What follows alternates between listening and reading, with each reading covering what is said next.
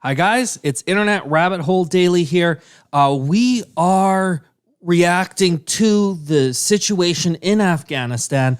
We were actually going to start with this big 50-minute news story, but both Alyssa and I were talking, and we felt like it was a better idea to just for a bit here, go back to the basics here and learn exactly who the Taliban are, what they're all about. Of course, we know a little bit about the Taliban, but we certainly don't know a lot of the specific details. Yeah, going back into history, I'm assuming that's what this lady's going to be doing, is sort of like delving into how they kind of came to be, who they are. Actually, we had one of our viewers reach out to us, and he said, this will be a really helpful video if you want to know about the Taliban in a short span of 9 minutes, all explained in this informative video. So definitely it's something that we want to check out. And like I said, the initial idea was we were going to react to the current events, and we're still going to do that, but we just really wanted to get our bearings. We felt that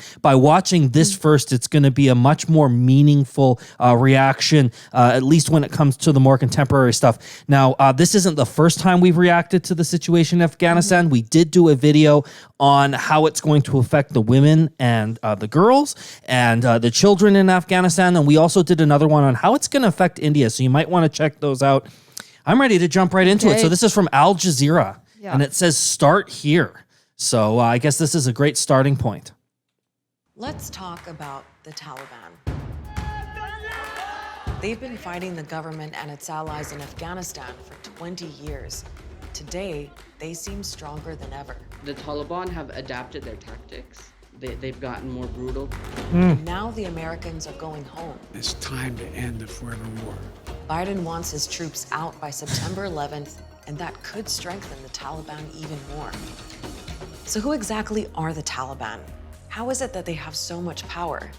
And why are people worried they'll take over Afghanistan again? And now we're seeing that exactly unfold in front of our eyes. So. And it's sad because it's like, I don't know, the other reaction, we had heard someone's perspective on the matter and with Biden, and that it was sort of like, well, is it entirely just America's job? Like, shouldn't, like, is it really their fault if stuff goes down, if they pull out? Like, I was kind of seeing that perspective, and now I'm just annoyed at Biden. Like, I don't know how, I guess they would just like stay there forever. Like, I don't know. Well, they can enable the Afghanistan army to protect their own country, and they can make sure that when they leave the country that it doesn't just all fall apart. Sort of they came in there, and so now when they leave, you'd think that it would be sort of the first thing would be to make sure that this was maintained. Because what were they doing for so many years? Peace and stability, or at least the stability of having. What did they accomplish in those years then? I don't know. To understand the Taliban, you need to know what happened in Afghanistan in the 1980s. Oh, back to the Afghan 1980s. Called Mujahideen fought a Soviet occupation for 9 years. I have heard of this. They even got money and weapons from the CIA. In 1989, the Soviets pulled out, and the next few years were pretty chaotic. By 1992, there was a full-blown civil war with tribal leaders fighting for power. 2 years later, a militia called the Taliban started getting attention. Many of its members had studied in conservative religious schools in Afghanistan and across the border in Pakistan, and some of them had also fought as Mujahideen.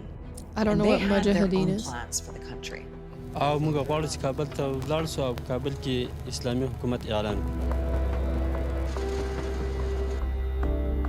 The people were so frustrated with this lawlessness, and the Taliban came marching along from Kandahar to city to city to city, saying, we're gonna make the cities safe for you again. Oh, it was like propaganda. The Taliban had seized the capital. They declared Afghanistan an Islamic emirate and started imposing their own strict interpretation of Islamic law. They were like, you can't watch movies, you can't listen to music, women can't go to school, and other than doctors, they can't go to work. Oh, wow. So they made an exception for doctors. So they're allowed to be female doctors. Wow. That's very interesting. It's just so horrible. It's like, we're going to make it safe again, AKA we're going to make it so much worse. I just feel so bad for these poor women and girls in Afghanistan. I saw just sort of a brief thing today, or at least it was a headline about sort of these school children saying goodbye to the girls because they would no longer be attending classes, you know? And it's like, holy, what a horrific thing to go through. You have to have a certain kind of beard, you know, it just became more and more restrictive. Whoa. Then 9/11 happened. The US was after al-Qaeda's leader Osama bin Laden, who was hiding out in Afghanistan with the Taliban's help. The Taliban said they wanted proof he was behind the attack. When they refused to hand him over immediately, the Americans invaded. The Taliban will pay a price. Within a couple of months, the Taliban were forced out of power and Afghanistan got a new interim government. 3 years later, it got a new constitution. So like, yeah, after 9/11, they were forced out of power then? Yeah, It's definitely. like ended their 'cause rule? The coalition of the willing, I guess, went in there and including Canadians, right? Including the Canadian forces. Yeah, so it was like a matter of months that happened. And Hamid Karzai was elected president. While that was going on, the Taliban had regrouped. Oh. They wanted foreigners out, and they wanted back in. What followed were years of devastating conflict, and it's still going on. More than 40,000 Afghan civilians killed, at least 64,000 Afghan military and police, and more than 3,500 international soldiers dead. The US alone has spent almost $1 trillion on the war and reconstruction projects. And after all that, Afghanistan is still deeply unstable, and the Taliban are still a force to reckon with.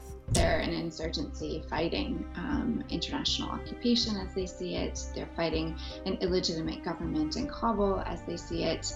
And they're a voice of resistance to, as they see it, return Afghanistan to a more pure Islamic society.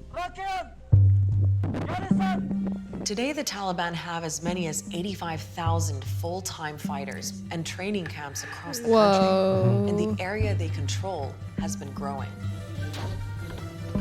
Right now, the Taliban control 1/5 of Afghan districts. On top of that, half of all Like districts that's all changed now. Pretty Yeah, much took over I the imagine whole it's- country. As I understand it. are considered contested, which means the Taliban have a strong presence in many of those places too. And they control parts of some major highways. Whoever controls the roads in Afghanistan, you know, pretty much controls the country. They've managed to basically give people the sense that, you know, wherever you go, you'll have to deal with the Taliban. Because you can't travel. Yeah. They're also well organized. The Taliban's leader is Hibatullah Akhundzada. He heads a council that oversees about a dozen commissions in charge of things like finance, health, and education. Below them are local officials in charge of everyday services.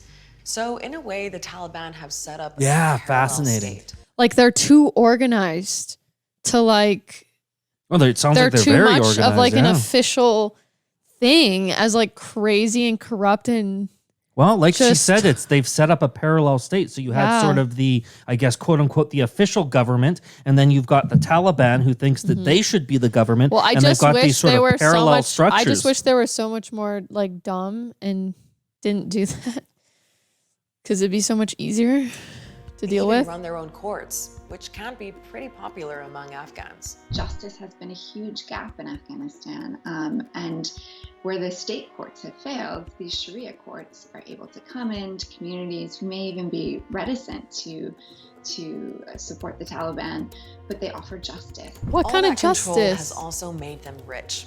According to Taliban members and a UN committee, they make close to $1.5 billion a year. Whoa. They've How always made a lot of money Opium. from growing opium poppies and the drug for trade. heroin and drug But they trade found and even stuff. more ways to generate income. Last year, they made millions from mining and trading minerals and even producing methamphetamine. And meth. They also Even- have their own tax collection system. It's all black and receive market. funding from abroad. Although suspected sources like Pakistan and Iran deny it. Yeah, we've seen about the. Over the suspected- years, the international community has tried to get the Taliban and the Afghan government talking, or at least to talk about talking. There was even a meeting in the Maldives at one point. And during a brief Eid ceasefire in 2018, Taliban and Afghan soldiers were seen mingling in Kabul, even praying together. Wow. But overall, peace negotiations haven't achieved much. The Ghani government has been incredibly antagonistic and sees the Taliban as a real existential threat to everything that they represent. The Taliban have been quite adamant on their demand that they want the re-establishment of their regime that was toppled by the US intervention. The question now is, what will happen when the roughly 10,000 US and Well, NATO soldiers we're seeing leave? what's Yeah, we're happening seeing now. exactly Will what's the government happening. be able to survive? And what will the Taliban do?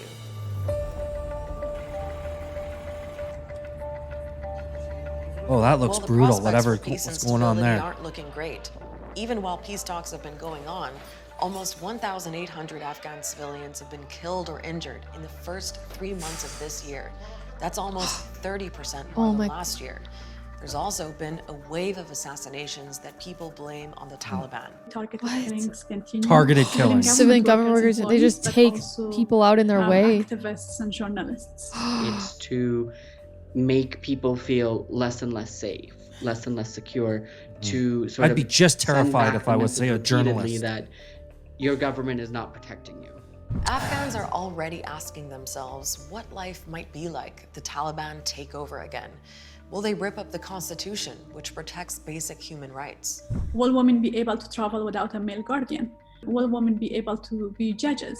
Will a woman be able I think to the have answers to all these, of course, There's is a no. lot You know, that this is what we're finding out right ambiguous now. and unknown. In a New York Times op-ed, the Taliban tried to clear things up, saying they want to build an Islamic system with Did the New York Times interview them? Well, it sounds like they've taken an op-ed, so they've sent them sort of an article in the New York Times. And it has was all published just propaganda bullshit because it's like they're saying it's like, yeah, we want to protect the right to work for women and stuff, rights of women that are granted by Islam, right to education, the right to work. Clearly did not stick by that. the rights of women that are granted by Islam, from the right to education to the right to work, are protected. And right now, there are some places under Taliban control where girls are in school, but not everywhere. It's really Oh, localized. some places in control some were in areas school. we know that the local commanders have are a bit more flexible when it comes to women's education. In some areas, they are not at all. So how much support is there for the Taliban? Well, according to a major public opinion study done in 2019, 85% of people said they had no sympathy for them. I've traveled to a large proportion of this country. a lot of people The that don't vast want you majority of there. People I speak to don't have a favorable view of the Taliban. Of course, I get. Well, actually, yeah, I don't know. In the other reaction, like it seemed like it's just there was so many. Well, they certainly have their sympathizers and supporters. I guess it's but like, that's a big number. but they're 85%. surveying people that aren't like part of the Taliban, so that doesn't really surprise me. Of course, like people don't want them there. Yeah, I don't know. The Right? first question that popped in my mind was, how was this survey done? Yeah. But that's another question, I guess, for another time. One.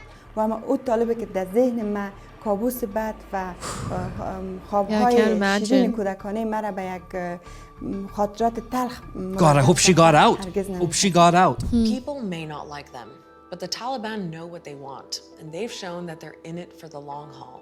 So far, their strategy seems to have worked. Wow. Al Jazeera is always monitoring the situation in Afghanistan and the negotiations here in Doha. So check out our website for the latest and YouTube for reports from our correspondents on the ground. I'll see you next week. So they did a Wow. follow-up video there, Taliban back in power, Wow. which is the Taliban's return to power. I mean, for Afghanistan. So Okay. she has another video. Wow. When was that Like, he'll- published? Why Right don't we just there, click on it real inside quick to story. see where to see how recent that one is. August 16th. So what was that, yesterday?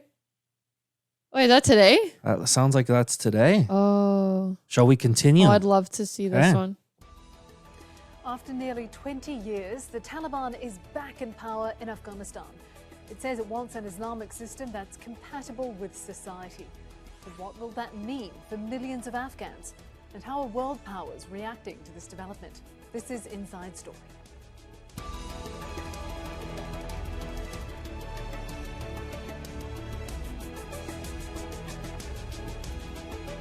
Fancy intro. Yeah.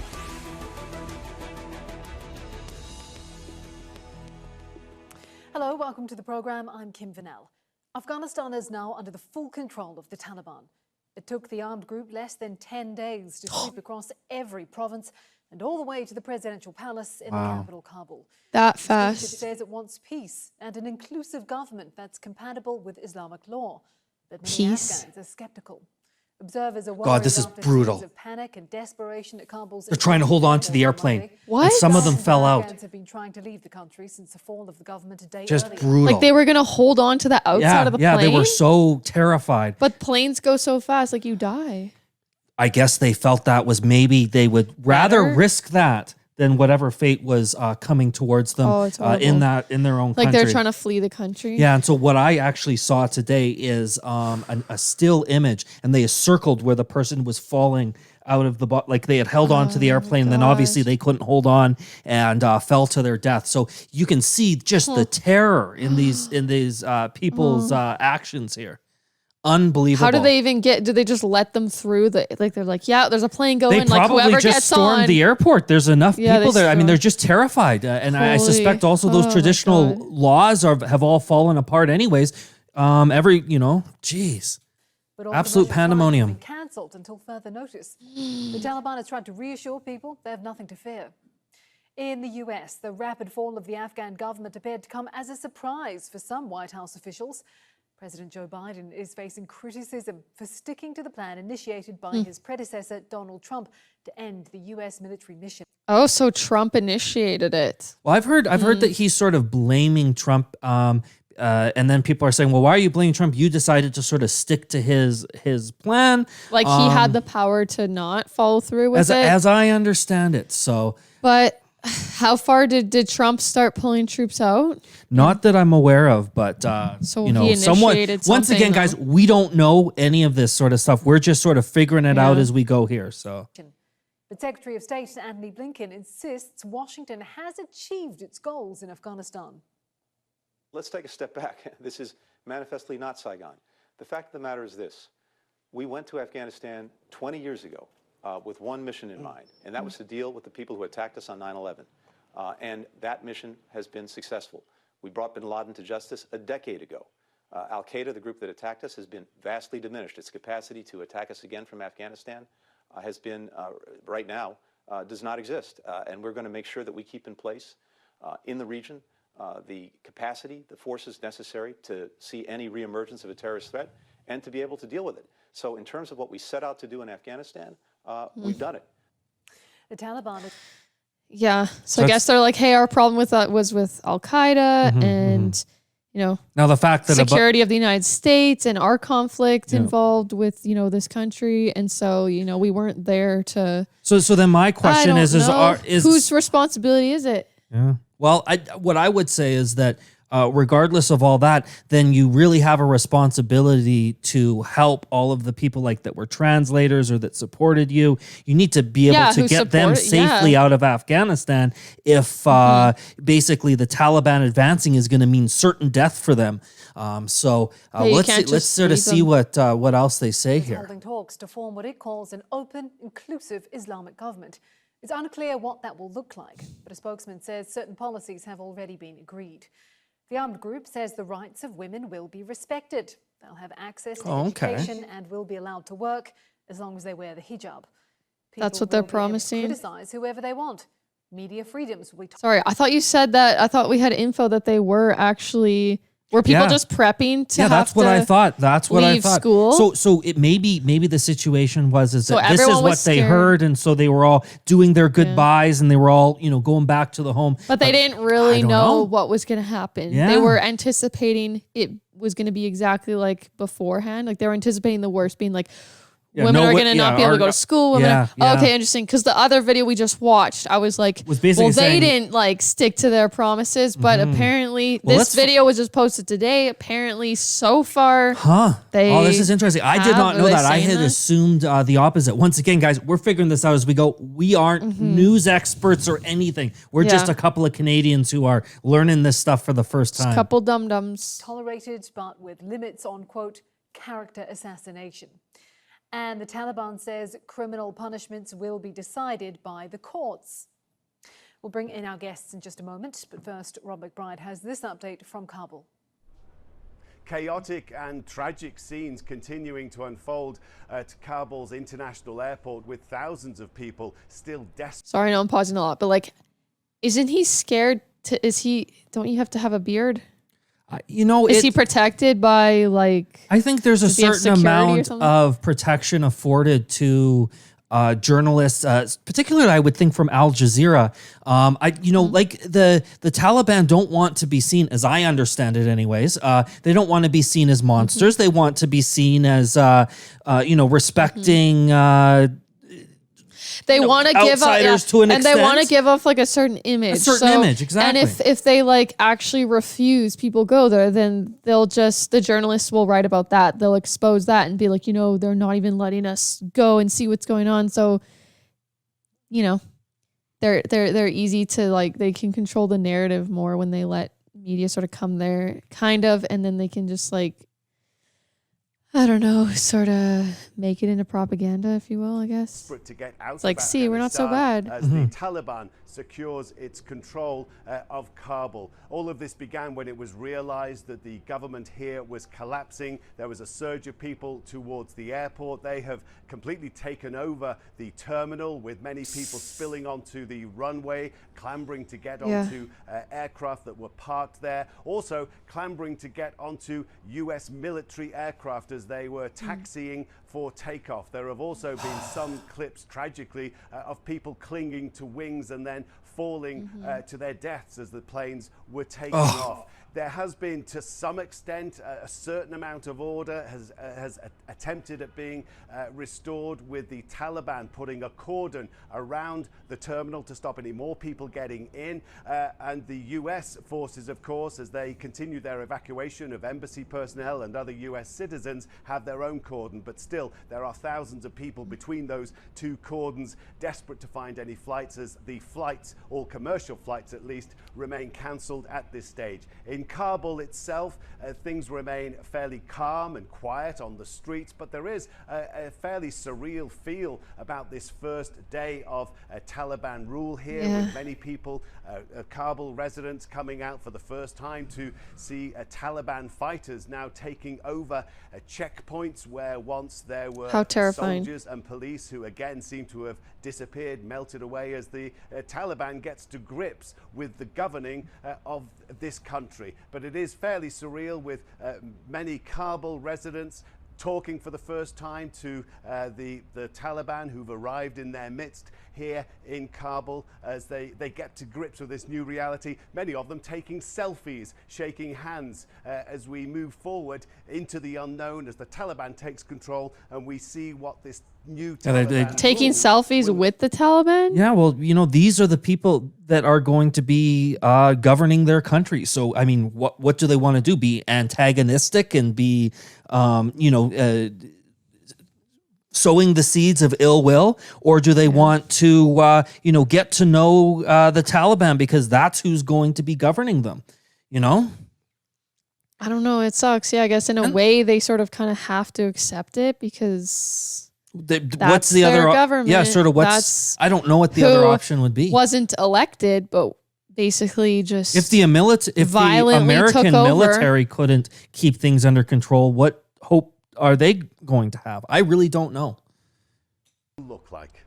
And not to mention, they do have their supporters and sympathizers. So people taking selfies may be Taliban supporters or sympathizers. We don't really know. Story.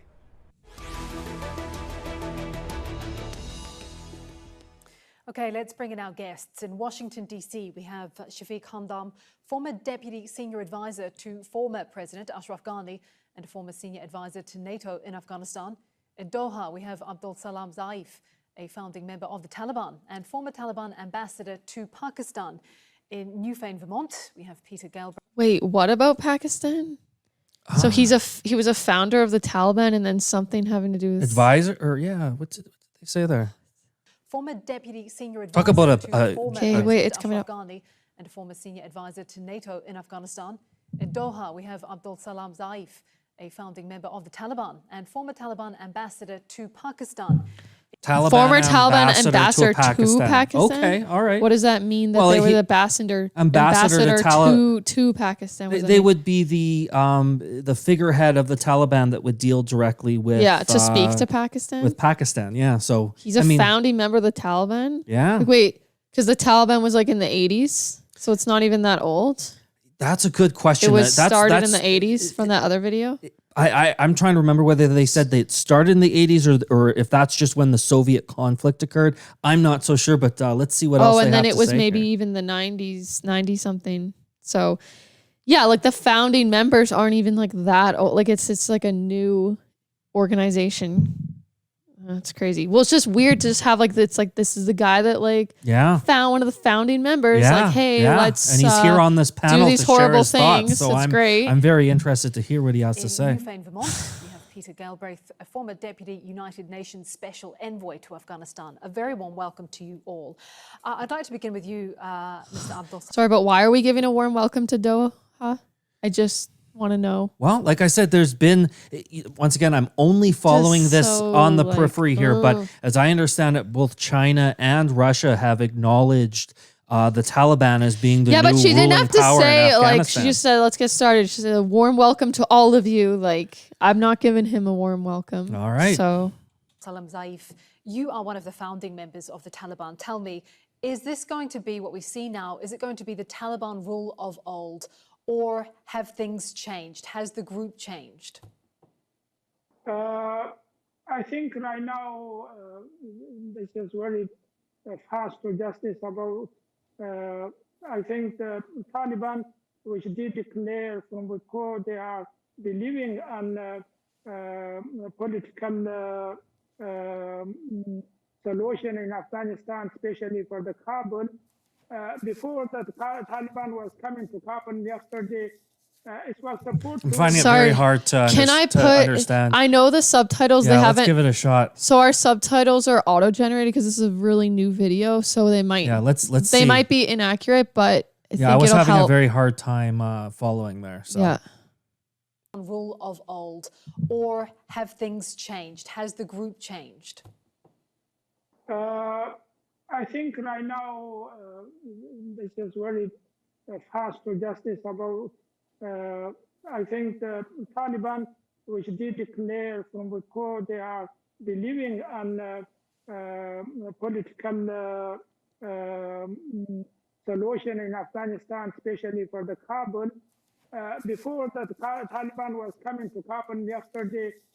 Kabul, not Carbon. Not enter to Kabul till the delegation is coming to Doha and sitting with the Taliban and discussing how to come to Kabul, how to be transferred of the power in Kabul, and how the Taliban will be entering to the Kabul. But unfortunately, leaving Kabul from some responsible people and this security in the Kabul, that's giving a chance to the Taliban to enter to the...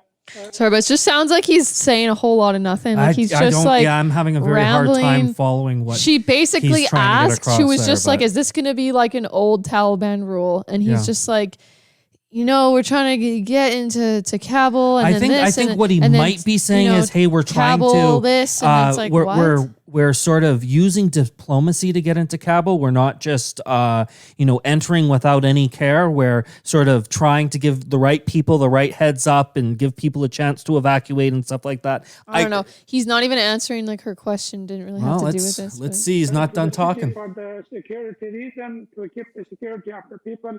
And this was also a request from some people from inside the Kabul. The Taliban should come to take responsibility because there is no security force in Kabul. There is no responsible for that. Okay. I think still the Taliban didn't declare anything about the presidential house. Still, they are waiting. The team will come to Doha. It was supposed to come today, but I don't know. It's just so scary. They just like nonchalantly like carry guns, like these big, huge, like what are those, like AK-40s? I don't know. I don't know about guns. Yeah. Or AK-47s. They're just like casually, just like that one guy right there. He's just like, holding his gun. Like, it's just part of their way of doing it's things. It's frightening. And I think what he was saying there is that people were inviting the Taliban into Kabul because everything had sort of fallen apart. There wasn't law and order. And so they could provide some of that structure. But I don't really necessarily think that's true. He's making it sound so good. It's like they had no security. It's like we had to go there. Yeah, like we had to help the people. It's like help oppress the people, more like it. It's to Doha or not. Okay. But they will be discussing the issue. Like, okay, that's not the question I asked. See, so you're saying they're doing this politically in a way, not just through force. And anything will be declared. Okay, we will talk a little bit later in the program about those talks in Doha and what a future governance might look like. But first, I want to come to you, Shafiq Hamdam. You were an advisor to the former president, I guess, Ashraf Ghani. What's your take on developments? Does the Taliban have legitimacy? No, not at all. So far, they do have the charge. They do control. Is Doha hearing these other people talk at all? I doubt it, right? He just says his piece. Oh, no, I'm sure. Of course, they're hearing what other people are saying. Yeah. They're all in the thing together. Like they're all in sort of like the Zoom chat, if you will. Absolutely. Yeah. He's just totally like discrediting them too. He's like, no, they don't. That's, and good on them for having those disparate views all in one spot. A lot of the country, but in order to have a legitimacy, they require a vote, an endorsement, or whatever you call it, from the Afghan people. So for that, I think it's required that immediately Taliban have to call for a loya jirga, where two representatives of Afghan people get together and they decide about the future of Afghanistan. Let's not forget the Taliban has claimed repeatedly, and they're standing on this, saying that they're not fighting for power, they're not fighting for position, and now they have to prove, because, they have... what are they fighting for then? They have forced foreign troops to leave Afghanistan. So now they have to... Maybe to get the foreign troops out of Afghanistan. So that's what they're fighting for? Think of this, if Afghan people have to choose, elect, or vote for Taliban, that's absolutely fine. But for Taliban, the immediate thing is to have this legitimacy internally. Then they can appeal to the global or world community for their recognition. But first step is first. They have to have first, recognition within the Afghan people. And this is immediately needed because there is a vacuum of power. There's vacuum of legitimacy. We do have, institutions. We do have a government that needs to be run. Meanwhile, we do have diplomatic representation across the globe that they have to be accountable to somebody and have to be officially representing Afghanistan. Therefore, I think Taliban has more to do now than they were guessing or than they had to do while they were fighting. Okay, Peter Galbraith, if you accept, as Shafiq Hamdam posits there, that the Taliban doesn't have legitimacy, did Ashraf Ghani have they're all legitimacy? listening at the same Did the time. Afghan government have legitimacy? Good question. Well, that is the question. And that, I think, the lack of legitimacy explains why the whole Afghan government military collapsed in a matter of days. Yeah. So they weren't even legit Ashraf Ghani before. was in office as a result of 2 consecutive massively fraudulent elections. His predecessor, Hamid Karzai, obtained a second term as a result of a massively fraudulent election. Jeez. And the trouble was that it's not that simple, is it? Office by having corrupt power brokers put you in power, it makes it almost impossible to deal with the problem in Afghanistan, which was massive corruption. And you could... It's like there's no law and order anywhere there anyways, right? It's like even the government before wasn't even legitimate, and it was like it was fraudulent elections. But I think what someone might say is, well, yeah, it might have not been legitimate, but it was backed by the Western nations that were occupying them. Why was there it was so? A certain amount I want to know more about that, though. Why was stability as a result of being recognized fraudulent on the world stage by other powers? But I want to know why it was so fraudulent, though. Like, was it? I really don't know. He just said it's massive corruption? Yeah, it could be. Maybe, but it was better. Was it really good? I think that the people wanted that obviously over the Taliban. That if you asked a lot of people which was the lesser of two evils, it would be the fraudulent government that he's talking about here. That at least had legitimacy in the eyes of international governments and international organizations. They were wanting power too, kind of thing. Like even though they weren't as like horrible. Obviously, they were like seemingly kind of good, but the fact that like they had to overthrow it and it was fraudulent. Keep in mind when the forces came in there after 9/11, someone had to become the government. Yeah. And so that's also it's here like, we are 20 years later. If you have too many like Taliban supporters too, and you did a vote, then they're gonna like get in. Let's see. By election. Yeah, So that okay. would be scary. Like I too. said, it's very complex. In the military, where soldiers weren't paid, where they weren't resupplied. Oh, they weren't even paid. Afghans felt that the institutions didn't serve them. The roads were built to allow subsistence farmers to be market farmers, and then a corrupt police would set up checkpoints and basically rob them. So this was the larger problem, was a lack of legitimacy by the previous government, and frankly, its soldiers weren't willing to defend it, even though they were vastly better armed. Yeah. Than the and they didn't with modern weapons and more numerous. Okay. Provided by I'd like America. to come back to you. If we're talking about the way that the Taliban has taken over, often it was able to come through taking over many districts seemingly without a fight. But Human Rights Watch says there have also been instances that the Taliban has executed soldiers and even civilians who have ties to the Afghan government. What are you hearing? I don't know really, because I'm far away, but when I'm in contact with the people, is that kind of an excuse? Contacting with the people, they were happy, and they said something was happening, but this was not from Taliban side, and this was like a personal executing some people. Because in Kandahar, it was personal stuff. It wasn't backed by the Taliban. It was done before, and this was many people will disappear. And this was something very hard expected to be happening, but it was less than expected. Okay. I think the Taliban, they were not taking responsibility, but they were trying to always to find the people who is doing something wrong and who is executing the human rights. But this was not like we heard from some side like propaganda against the Taliban. Okay, Shafiq Hamdam, your family is in Afghanistan. You're in Washington, D.C., but your family is there. How are they feeling? How are you feeling? It depends. I do feel very bad because, I'm worried about their safety and security. And they, honestly, they are not worried much about security anyway, because it wasn't secure before this. Oh, okay. But they're worried, like for my mother who's teaching girls, if she can continue teaching girls.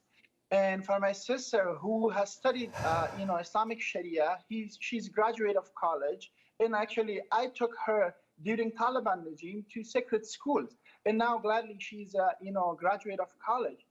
Can she continue and work? And my brother who's a computer scientist, another brother who's an engineer, and another brother who's also in the military. Can they serve their nation with their skills, with their ability and knowledge?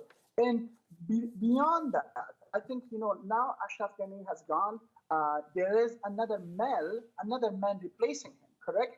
But what about these women, cabinet members, women parliamentarians, politicians? I know Taliban has claimed that they have been changed, and I'm looking and observing. I hope it's true, and I have seen some signs of changes as well. But they do not have this capacity to replace these women. They do not have invested on women, to have this power now to come and replace for what's so-called the puppet regime or whatever you call it by the Taliban means.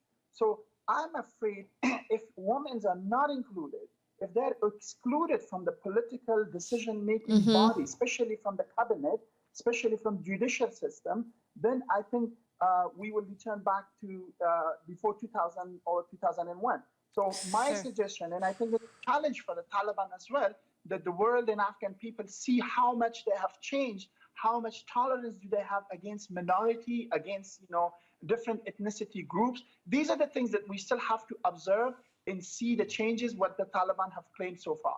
Can you pause that for a second? Okay, so I just wanted to take a second here because I've been chatting with some of our viewers on Instagram, and some of them have been sharing with me their opinions. Now, we'd mentioned earlier that one of our viewers reached out and said, hey, you got to check out this Al Jazeera video on who are the Taliban. Well, he's also sent me some other thoughts as well, too. Yeah. And so I asked him if he had any thoughts on the current situation. He said, I'd be grateful if you don't mention me. My friend, or mention his name.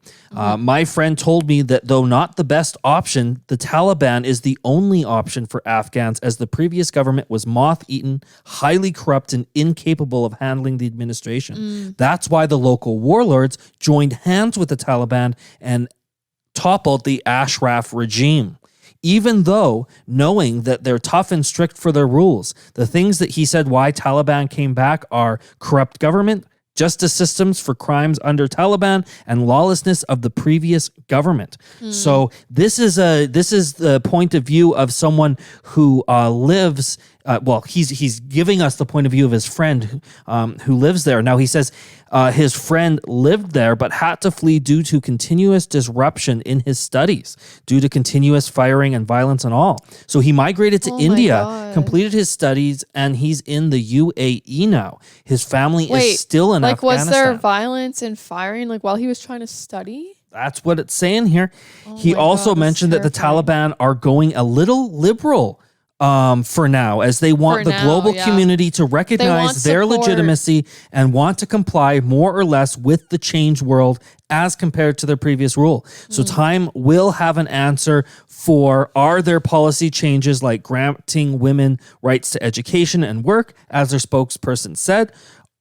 Are those real, or is this only for the time being? So what a very interesting comment, because it's very much intersecting with what we're seeing here on the panel. I'm thinking that too. I'm like, of course, strategically, it's better for them to initially, come out as more liberal and be like, yeah, we're going to protect because they also want to gain the credibility and they want to I think they also realize that the country has sort of evolved in a certain way over the last 20 years, and they want to maintain some of those advances. I don't know. Some of those. I don't know if I give them that much. So you think they truly, if they completely had it there, if they're not trying to, I guess, almost manipulate or gain trust or whatever it is, if they had it any way they wanted, you think they're yeah, we gotta keep women I think in school. You think there's they some agree with modern advances that Afghanistan has had that they're going to want to keep, but let's find out. Let's keep watching. I can't forget the atrocities that they did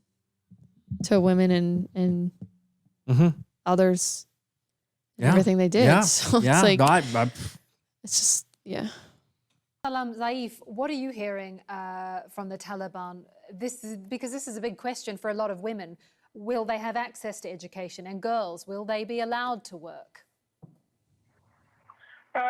Which I'm hearing, I know I heard from the Taliban, they will be allowing the women to go to school and to study, and for the student to study, and also to work, they better go to the politics, and the teacher will go to their jobs. And this all the things the Taliban, they agreed, and they declared that before they will be not against anyone. But I think just the condition will be changed. The right of the women, the right of the people to do work in Afghanistan and to do politics and to do study, it will be not changing. Okay. Peter Galbraith, we heard earlier from the US Secretary of State who said that American interests or objectives rather have been achieved, but this has also been described as a colossal humiliation for the US. What's your take? Well, it's a catastrophic failure.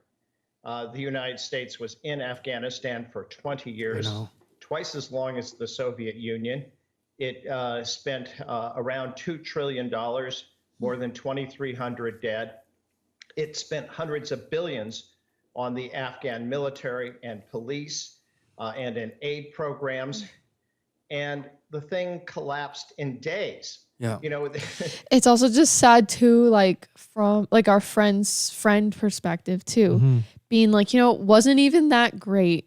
When the Taliban before the Taliban came back. Before they came back and took over. It's it was honestly corrupted. What did he say? Moth-ridden. Yeah. Yeah.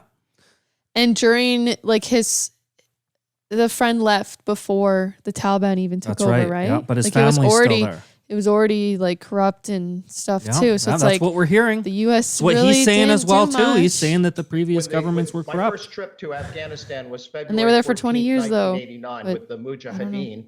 And that was the day the Soviets withdrew. The Soviet-installed regime lasted more than 2 years. It even outlasted the Soviet Union itself. Whereas this collapse took place before the Americans had even finished their withdrawal. So it's really stunning. And I want to say a couple of points. First, I feel for Shafiq Hamdan's family and the families of my friends who are in Kabul. This is a time of terrible uncertainty. I was speaking to some today. You know, there are people going door to door, Taliban or maybe just robbers, people dressed like Taliban. So it's terrifying. And the other point I want to make is there's the problem of, in addition to women and girls, which of course is enormous, there's the problem of the Hazara, who are Shiite. And if you look at the map, that's the part of Afghanistan It's the a Taliban branch of Islam.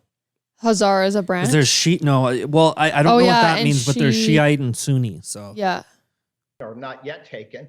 And when the Taliban were last in power, there were massacres of Shiites and something that began to look like genocide. So, and of course, the Taliban are a Salafi jihadi group who view Shiites as apostates.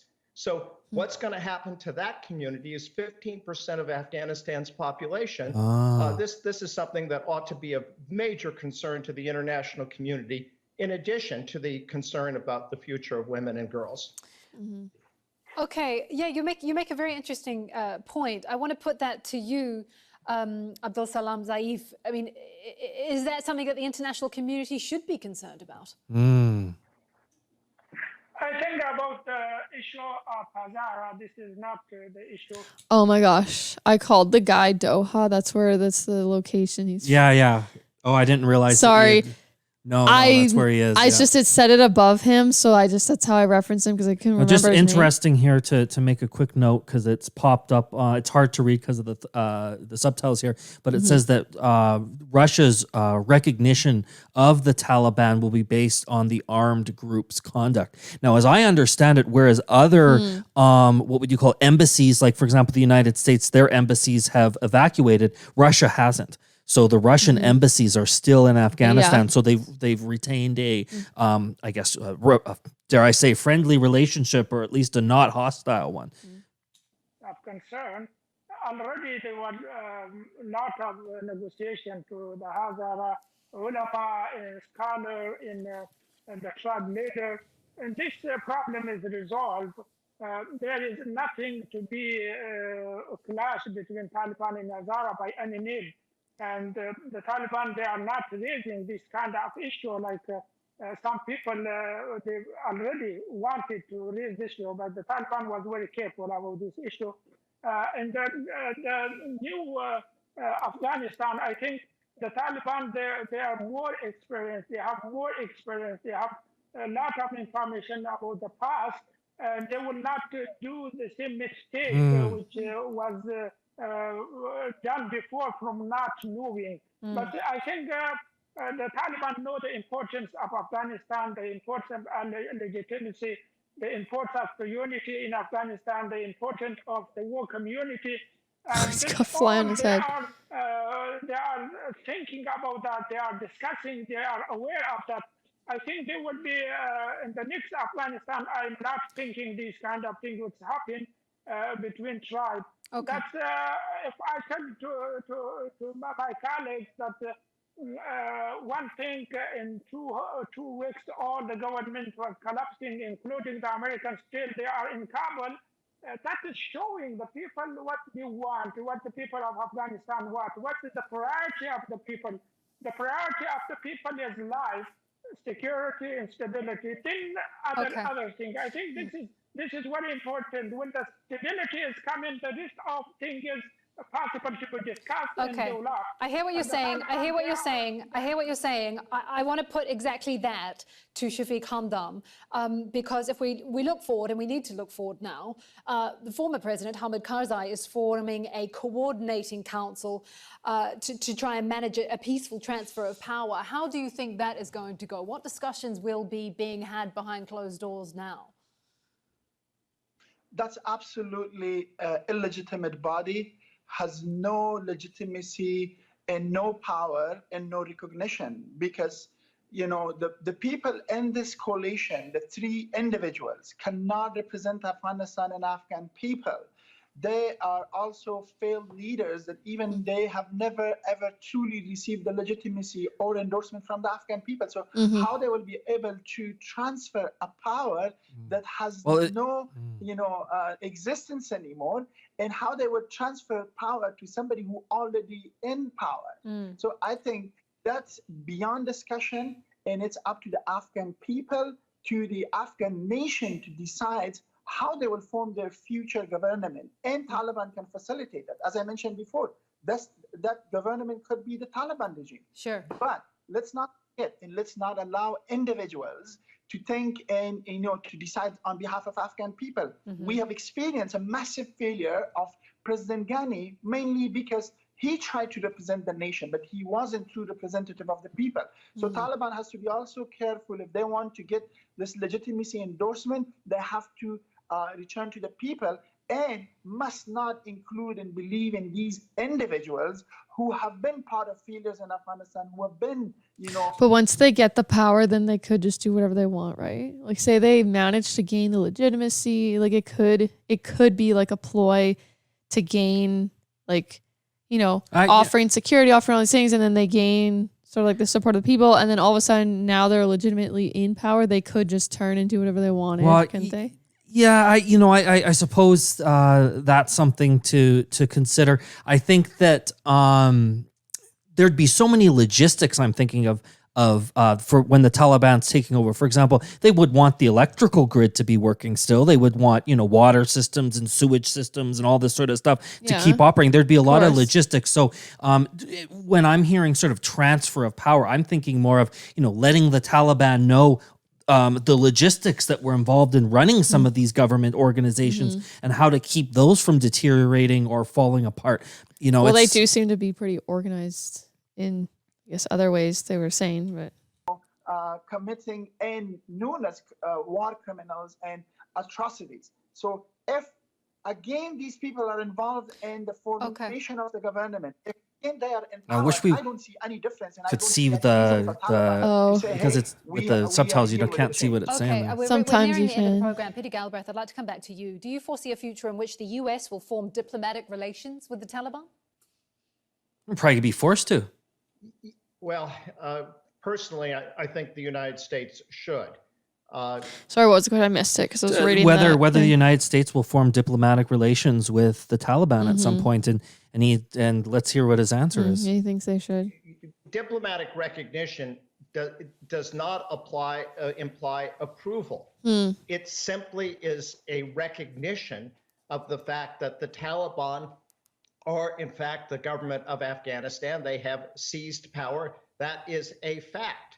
And so the question is, will the United States be better able to accomplish its objectives in Afghanistan, which include making sure that terrorist groups like Al-Qaeda and ISIS do not establish themselves there, and being able to do something to promote the rights of women, girls, to protect the Hazars and the ethnic minority, and to facilitate the exit from Afghanistan of the people who supported the international coalition, not just interpreters and people who work for the That's what you're saying.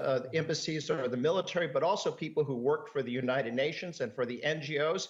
I hope many of them will be able to stay, but clearly many of them will want to go. And for all those reasons, it makes sense to have a continued diplomatic presence, not like what we had, maybe quite a small embassy, but to be engaged with the new government, which we, of course, wish wasn't there, but in fact is there. All right, we have to leave it there for time. So much more we could talk about it. Thank you very much for joining us here on the program, Shafiq Hamdam, Mullah Abdul Salam Zaif, and Peter Galbraith. And thank you too for watching. You can see the program again anytime by visiting our website, aljazeera.com. And for further discussion, go to our Facebook page. That's facebook.com/AJ Inside Story. You can also join the conversation on Twitter. Our handle is @AJ Inside Story, or you can message me directly @Kim Vanel. From me and the whole team here in Doha, bye-bye for now. Wow. Very interesting discussion, and it's certainly sort of created a lot more context for me anyways, and at least to understand what's actually going on, because I was under the impression that, that for sure women weren't going to be going to schools and they weren't going to be allowed to be educated anymore, all this sort of stuff. Whereas actually it seems like the answer to that is a lot more nuanced. And at least from what the Taliban's currently saying is they're saying, hey, we're going to allow girls to continue to go to school. So far, it's like sort of stayed how it was in regards to school and working. Women working and then education, I think so, right? yeah, I think so. But then it did say there was a mandatory covering. as long as they wore hijab, and that may not have been the case Before, previously, but it wasn't as perhaps as dire as maybe, for example, the Everyone first video thought it that we was watched gonna be- during this reaction was sort of like, man, it's just going to be the absolute worst for women and girls, and it's still terrible, but it sounds like it might not be as bad as people had anticipated. So far, not so bad, but it's like we'll just have to see. Like, I don't know. Again, I think it's like strategic for them to put on a show. Yeah.